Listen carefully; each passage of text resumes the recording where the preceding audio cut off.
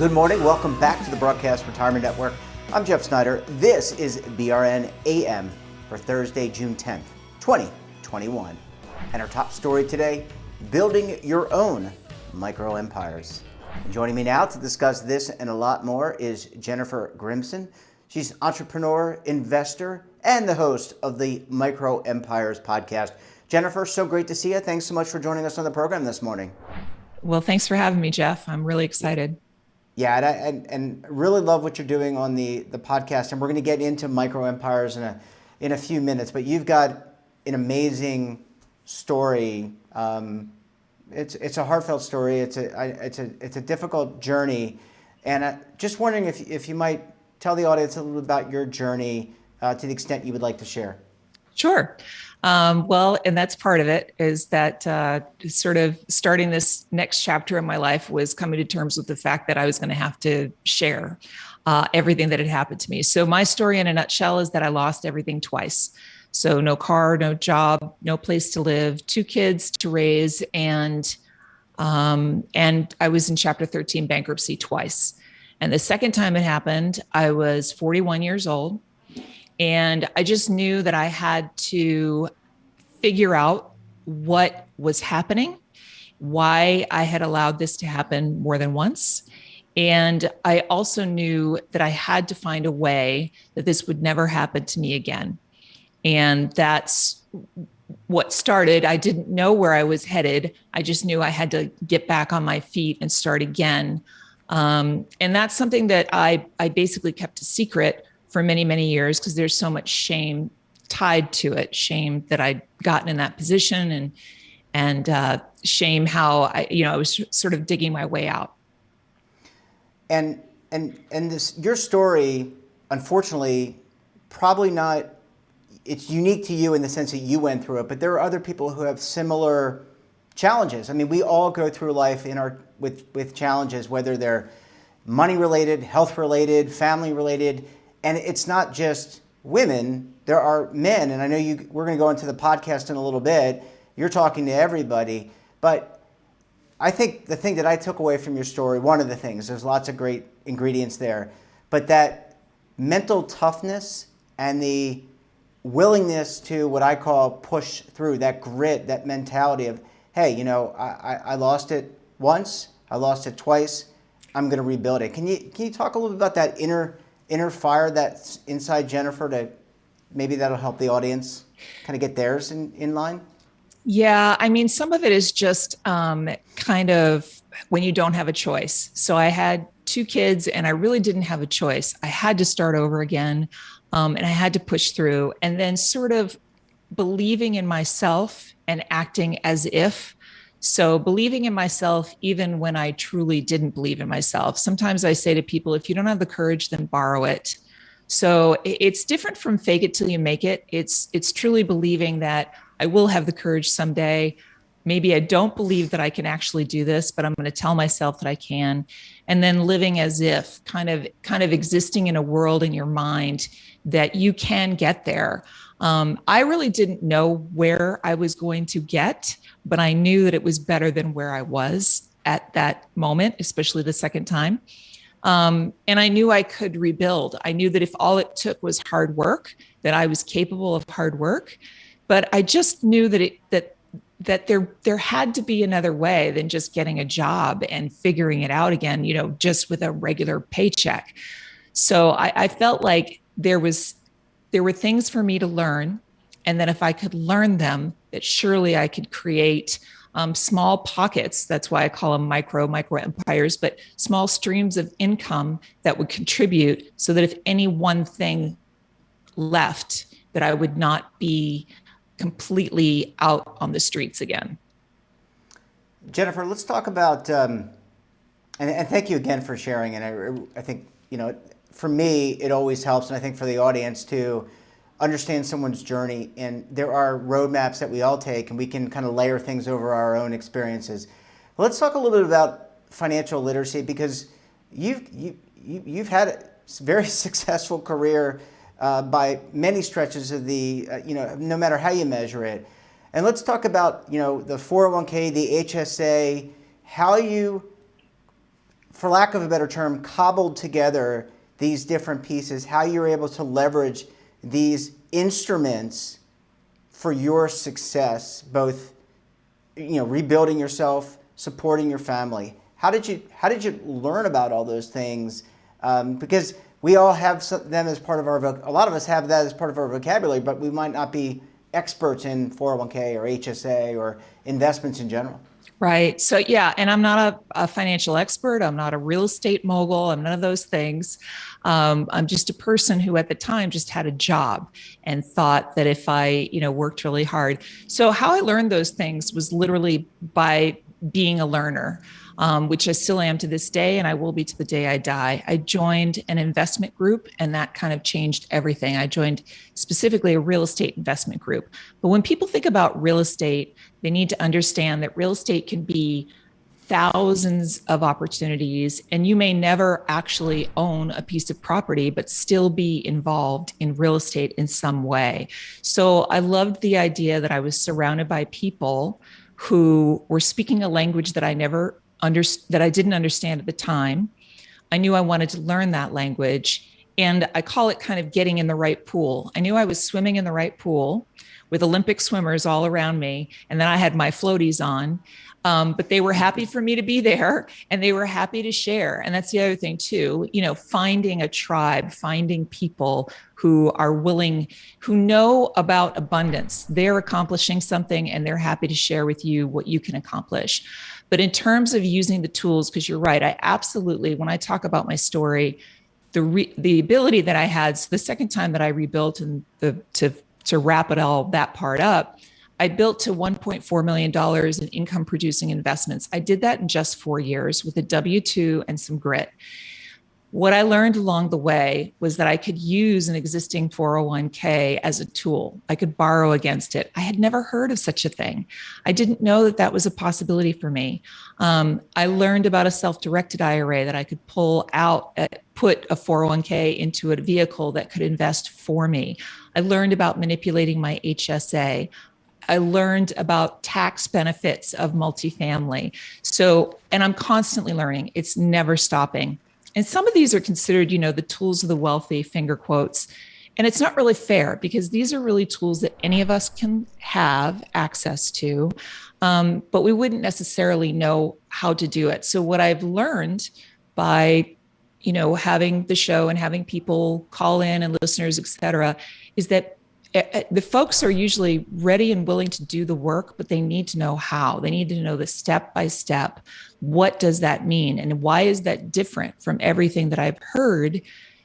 Certainly myself, I believe that you put money in a 401k and you're just not allowed to touch it until you're 65. And that's all I thought it was.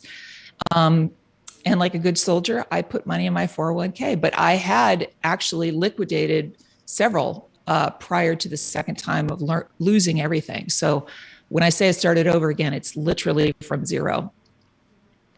Well, Jennifer, I need to take a very quick break. I mean, this is a great story. Really thank you for sharing. When we come back, we'll talk to Jennifer about building these micro empires and how you can do it too. You're going to want to stay tuned right here on BRN AM.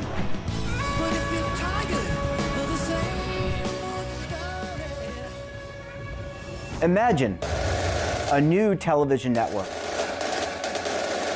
that will make you richer, healthier, and in control of your financial future.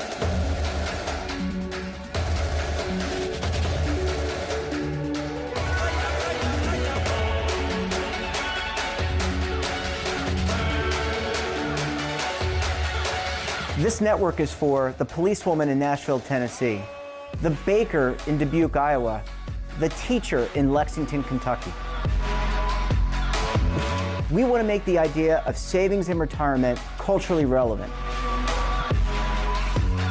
But what do you see as a defining issue of the midterms, especially for the smaller businesses? I mean, they are the lifeblood of the American economy.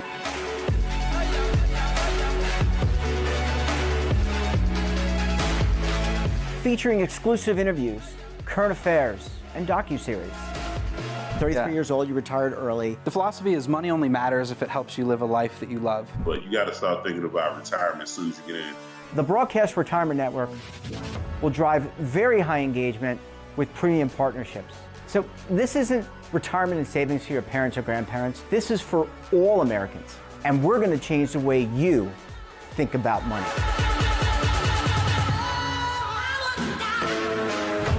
Welcome to the next frontier of retirement and savings. This is BRN, the Broadcast Retirement Network. Are you stuck with a low credit score? A credit report and score that's causing you to be denied credit or pay higher interest rates than others for the same things? Then do what Terrence did and call Credit Repaired for your free credit evaluation to help restore your credit. I started thinking about buying a new house, and my score wasn't where I needed it to be. I called and spoke with one of the representatives, and we just had a good conversation, and I liked what he was saying.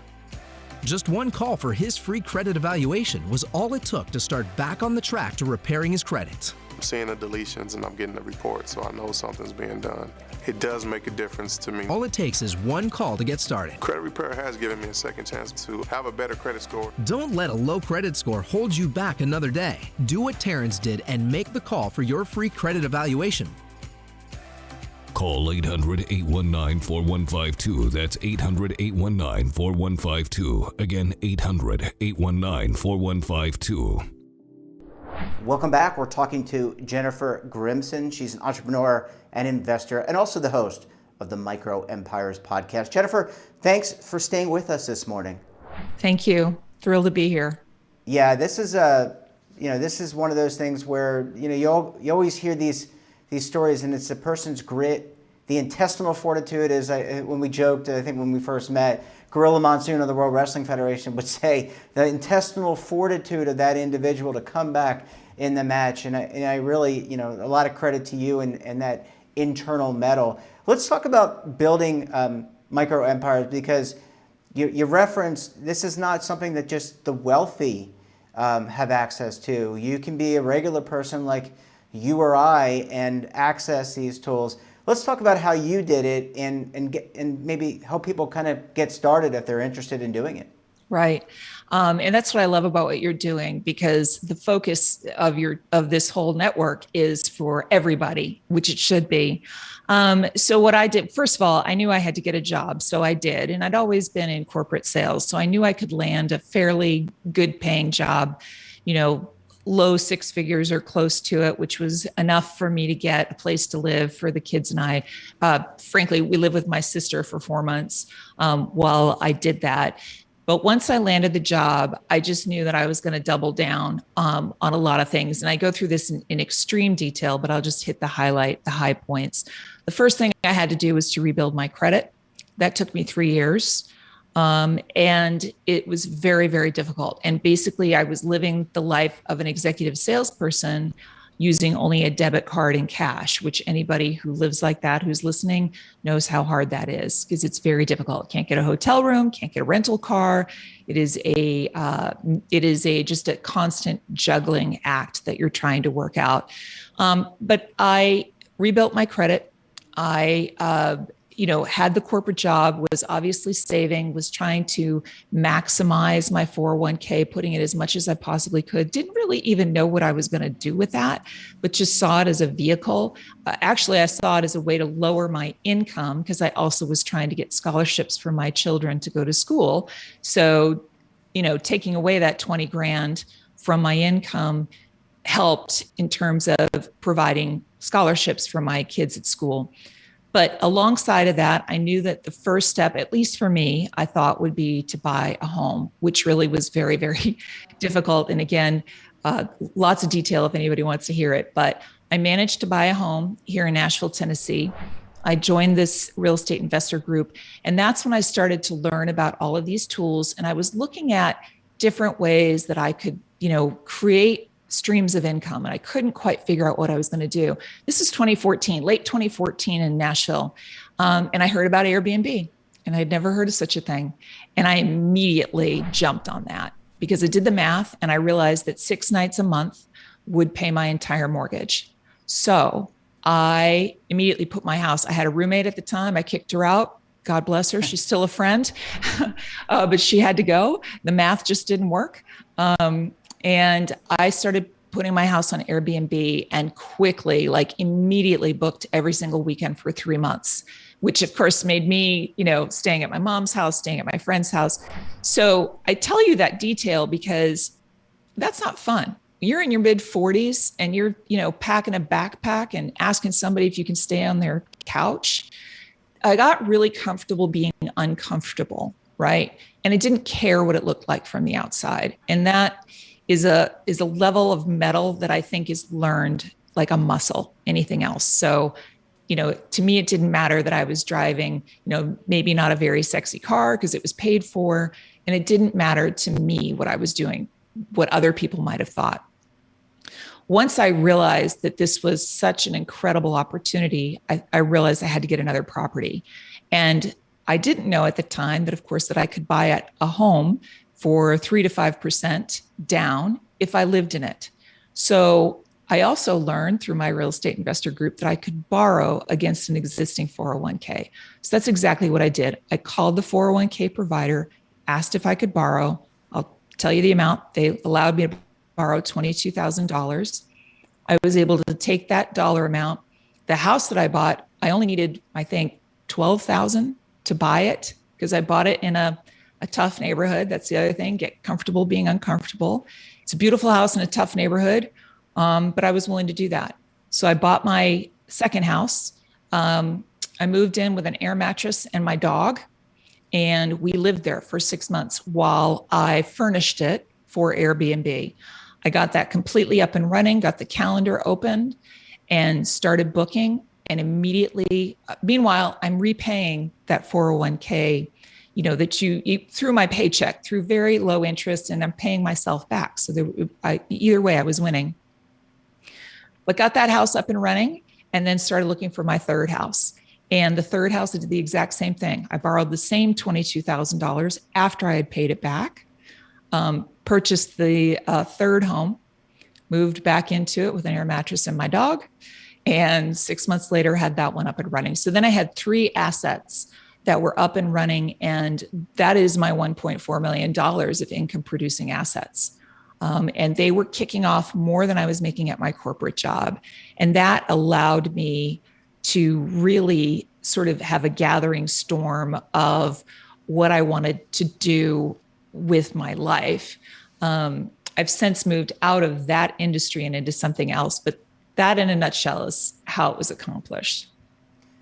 Yeah, it's just an amazing story. Let me ask you a question as a parent, as a mother.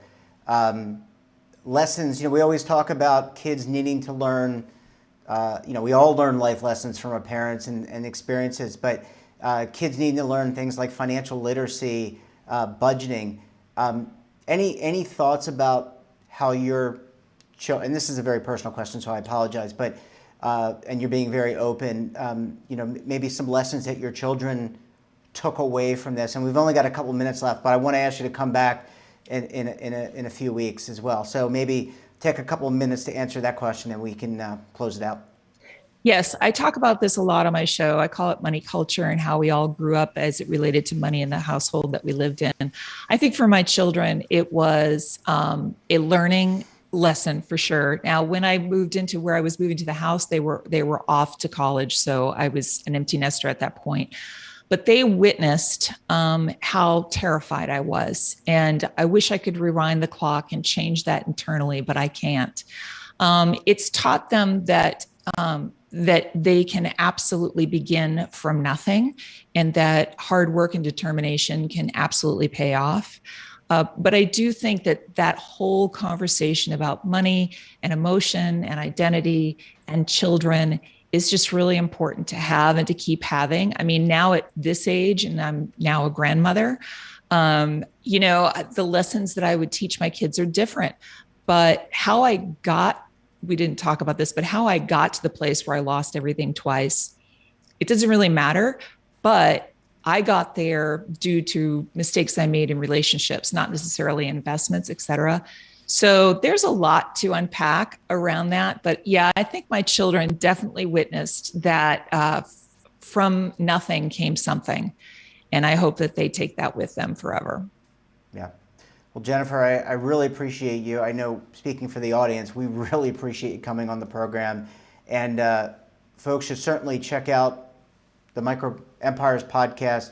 And Jennifer, we're going to have you back again because we want to unpack so many more life lessons. That's if you want to come back, of course. I would love it. Come back. Of course. But we really, we don't want to put a gun in anyone's head. But we really appreciate you coming on and sharing your story. It really motivates me and others, I'm sure. Thanks so much for joining us, and we look forward to having you back on again. Thanks for having me. Thank you.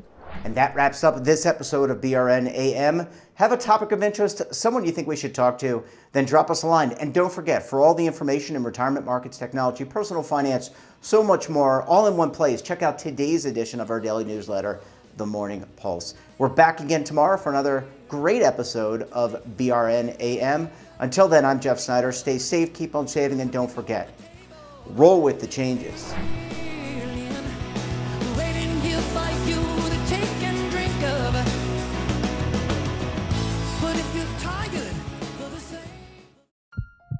Are you being audited and do you owe the IRS $10,000 or more in back taxes? Is the IRS threatening to take more of your money? Don't fight the IRS alone. The Tax Doctor is here to help you negotiate your tax bill and reduce your stress. The IRS can freeze your assets and seize your bank accounts, but you can stop these IRS actions. The Tax Doctor will work with you using our years of experience to represent your case to help you get the best resolution under the IRS guidelines. Help is here to deal with the IRS to reduce your stress. We've handled thousands of cases, so we know what we're doing. If you owe $10,000 or more in back taxes, do not call the IRS alone. Call a Tax Doctor now for a tax emergency analysis. Call 800-224-6439.